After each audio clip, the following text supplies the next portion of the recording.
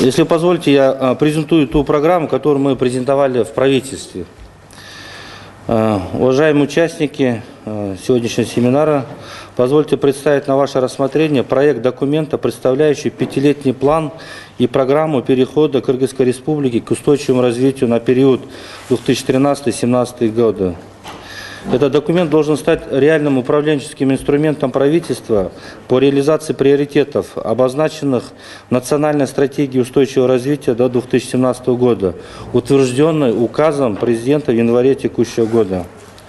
Данный проект документа был сформирован в относительно сжатые сроки. Это мы практически за 3 месяца ее сформировали. В процессе формирования мы проводили широкий спектр консультаций с Жогорку Кенешем, с депутатами, с аппаратом президента, правительства, руководителями министерств, ведомств. Расширенные консультации были произведены для северных и южных регионов страны, а также с представителями бизнеса, академическими кругами и неправительственными организациями. И все эти мероприятия освещались в средствах массовой информации. Рекомендации, которые мы получили в процессе консультации, они практически полностью отражены в программе.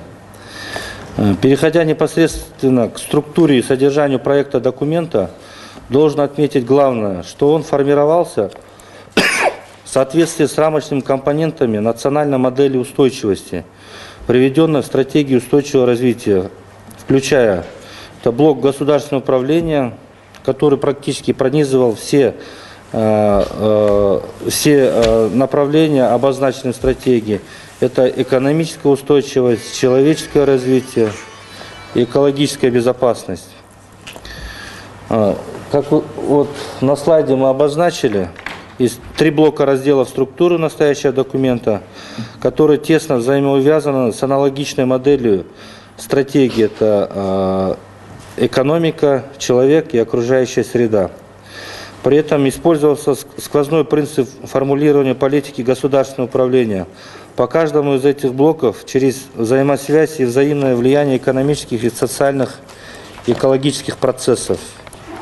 Все приоритеты, обозначенные главой государства в национальном стратегическом документе, в полном объеме отражены в рассматриваемом сегодня проекте плана и программы в детализированном формате с ответом на главный вопрос: как правительство будет решать задачи, поставленные в утвержденном национальном рамочном документе. Поэтому главным компонентом настоящей программы стал детальный план правительства на ближайшие 5 лет с конкретными мерами, действиями, проектами для решения каждой из задач, поставленных в утвержденной стратегии. Должен отметить, что впервые за постсоветский период правительство приняло нестандартное решение о возрождении 5-летних планов и разработке конкретного 5-летнего плана и программы. Решение задач, запланированных на этот период, намечено осуществлять через ежегодные планы правительства, что с одной стороны позволит вносить изменения в базовый 5-летний план, а с другой сохранить долгосрочные ориентиры. Формирование этого управленческого документа потребовало от разработчиков более глубокой и детальной проработки мер и инструментов политики по тем направлениям, которые были выдвинуты в числе приоритетных в рамках национальной стратегии. Отсюда появились элементы новизны по расшивке задач, поставленных в национальном рамочном документе. В частности, учитывая, что настоящая программа является управленческим инструментом, содержание политики в программе и плане сформулировано через конкретные требования к ключевым компонентам системы государственного управления. Первое – это к конституциональному потенциалу, второе – к законодательству, третье – к кадровому потенциалу и потребности в его повышении, и четвертое – это требования к достоверности информации для принятия выверенных политических решений. При этом меры политики предложены, исходя из критичной оценки потенциала действующей сегодня системы институтов государственного управления, включая антикоррупционную составляющую отдельным блоком, задачам и мерам. Должен отметить, что впервые в программном документе правительства появилась реальная критика действующих институтов государственного управления, что полностью отвечает сути и содержанию проблем по этим вопросам, представленных в национальной программе устойчивого развития. Другим элементом новизны стал раздел, опять же, по расшивке задач, стратегии формирования детальных мер политики по человеческому развитию. В проекте документа предлагается детальный план правительства по изменению качества жизни для каждой категории граждан к 2017 году. Через конкретные обязательства государства по предоставлению гарантированных услуг в течение предстоящих 5 лет. Их всего 10, согласно закону о государственном социальном стандарте, включая практически все сферы. Это здравоохранение, образование, соцзащита, пенсионное обеспечение, содействие занятости и другие. Для этого были разработаны и использовались новые методологические подходы измерения качества государственных услуг, ориентированных на конкретную категорию граждан, начиная с рождения ребенка и до глубокой старости человека. Мы разработали набор специальных индикаторов для измерения результатов их изменения, которые приведены в приложениях к плану. Позвольте озвучить некоторые из этих индикаторов. Первый – это удельный вес населения, который не доедает. Второй – размер финансирования на одного больного в стационарных и в амбулаторных условиях. Третье – охват дошкольным образованием. Четвертое – объем финансирования на одного ребенка в государственном и муниципальном детском саду. Пятое – объем финансирования на содержание одного школьника в городской школе, в сельской школе. Удельный вес подростков, не посещающих школу, от общего объема учащихся в возрасте от 7 до 14 лет. Удельный вес студентов из сельской местности к общей численности студентов. Ну и такого плана задач. Ну, безусловно, это процент населения, имеющего доступ к чистой питьевой воде к 2017 году, как оно изменится. Доля пенсионеров, размер пенсий которых ниже прожиточного минимума. Охват социальными услугами на дому пожилых, одиноких людей без попечения. Третий элемент новизны настоящей программы, который оказался самым сложным, это межсекторальные сегменты в предоставлении государственных услуг населению, которые никогда не упоминались ни в одной программе и всегда оставались слабым местом в системе государственного управления. Это сегменты, где одному профильному министерству, и не только одному профильному министерству, нескольким министерствам, в отдельных случаях без участия местных органов самоуправления не справятся с решением таких проблем, как работающих детей, здоровье школьников, детей с особыми потребностями здоровья, безработицу среди выпускников вузов, строительство социальной инфраструктуры и так далее. В национальной стратегии эти проблемы отчетливо обозначены тоже. Например, в разделе по образованию обозначена проблема слабой связи стандартов профессионального образования и реальных требований на рынке труда, а также неоправданные затраты на инфраструктуру этой системы и невостребованность этих специалистов, которые пополняют ряды безработных. Какое министерство должно отвечать за эти межсекторальные сегменты функций и услуг?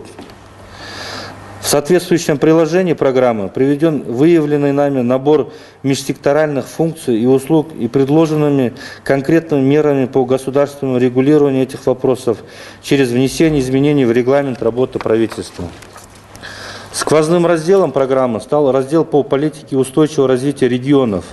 Это четвертый элемент по новым подходам в региональном развитии. Вместо традиционной отраслевой модели регионального развития предлагается проектно-целевая модель устойчивого развития регионов и местных сообществ. Экономическую политику регионов предлагается выстраивать не по старинке, развивать все в отсутствие финансовых ресурсов, а выходить на региональную спецификацию, когда каждый регион станет узнаваемым по производимой продукции, обретет свой специфический региональный бренд. В целом, пятилетний вектор развития Кыргызстана выстраивается от сложившейся сегодня экономической базы с выходом на устойчивые позиции в развитии к 2017 году. Уважаемые участники семинара, Позвольте несколько слов сказать о макроэкономических параметрах развития. Прогнозируется, что для обеспечения макроэкономической стабильности уровень инфляции в 2013-2017 годы не превысит однозначных показателей.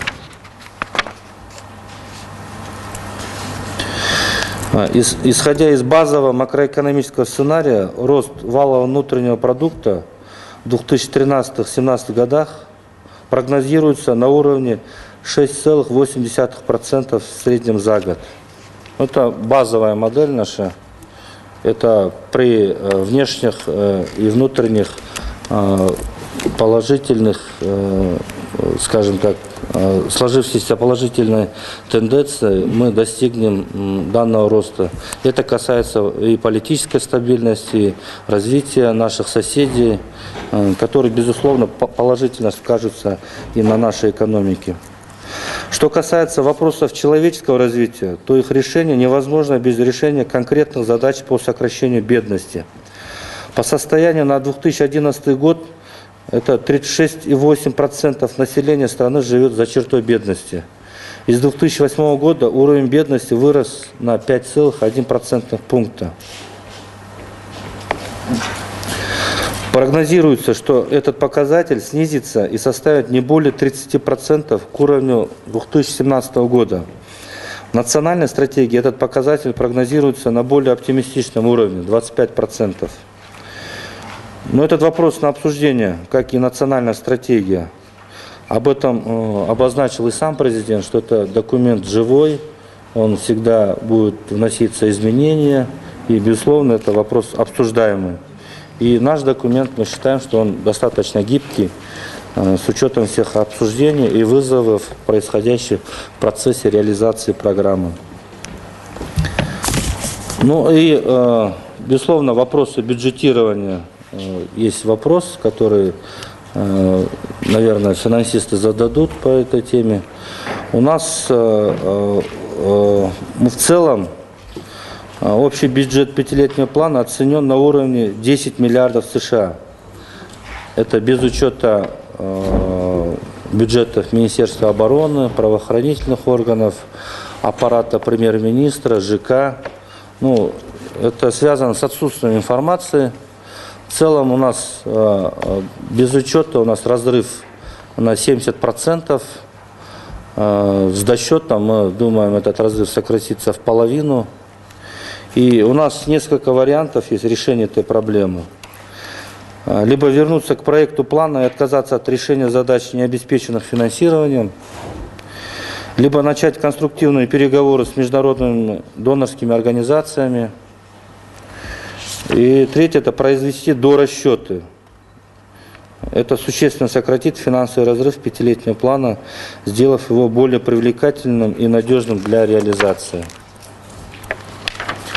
Далее приведены данные по конкретным источникам финансирования плана, из которых 2,3 миллиарда долларов – это возможности нашего бюджета. Финансовые возможности по приоритетам приведены вот на этом слайде. У нас вот обозначено, как видите, наибольшие разрывы сложились в финансировании экономических приоритетов системы госуправления и регионов.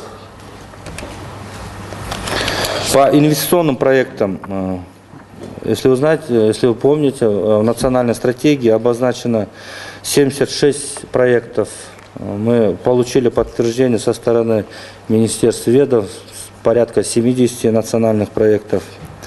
С общей потребностью финансирования 5,8 миллиардов долларов.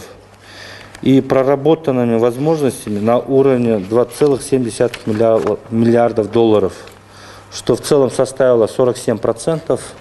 И по инвестпроектам у нас сложился разрыв где-то 53%. В разрезе приоритетов по инвестпроектам ситуация складывается следующим образом. Наиболее покрываемая часть финансирования – это энергетические проекты. С наибольшим разрывом финансирования обозначились производственно-логистические проекты, проекты в сельском хозяйстве и в горной добыче. Регионами также были предложены инвестиционные проекты, так называемые точки роста. Мы собрали 155 проектов в региональном аспекте на сумму где-то 41 миллиард сом. В приложении по каждому из регионов приведена детальная информация по этим проектам. Они практически все отражены в плане мероприятий. В приложениях, я прошу прощения, да. Теперь позвольте обозначить наши последующие шаги. То есть это, во-первых, планируется продолжать консультации со всеми заинтересованными сторонами, международными финансовыми институтами, по мере продвижения этого проекта документа на утверждение в парламенте.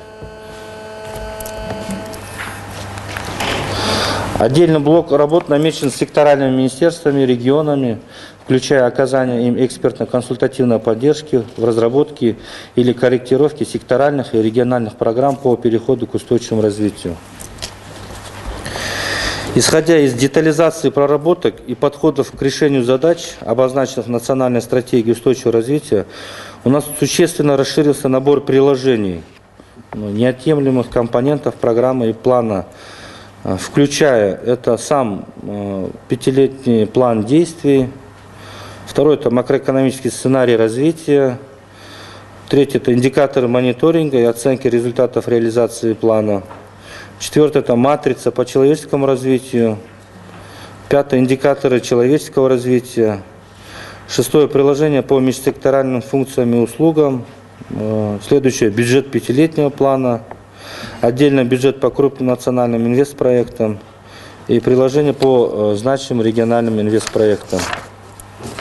Также мы прилагаем тут планируемое внесение изменений в законы, да, какие законы мы будем продвигать и, скажем, принимать, да, до 2007 года. И в заключение хотел отметить, что многие страны мира сегодня выходят с инициативами устойчивого развития. Как вы знаете, в 2015 году наши цели развития тысячелетия, оно заканчивает свою работу, и с учетом этих аспектов многие страны готовят себя к новым программам, да, и многие страны переходят на планы устойчивого развития. И в этом аспекте мы тоже хотели бы обозначить о том, что мы переходим к устойчивому развитию. И на сегодняшний день ни одна из стран не может похвастаться, даже высокоразвитые страны, что они перешли к устойчивому развитию. И в этой части мы, хоть и дилетанты, но мы делаем свои первые шаги, и мы надеемся, что мы достигнем тех обозначенных показателей в программе и в плане. И это наша программа и план станет, скажем так, первыми шагами к переходу к устойчивому развитию. Мы надеемся, что у нас все получится, и чтобы это действительно получилось, надо слаженная работа всего общества, гражданского общества, правительства, всех ветвей власти и, безусловно, это всех граждан Кыргызстана. Хочется верить, что у нас это получится. Спасибо за внимание.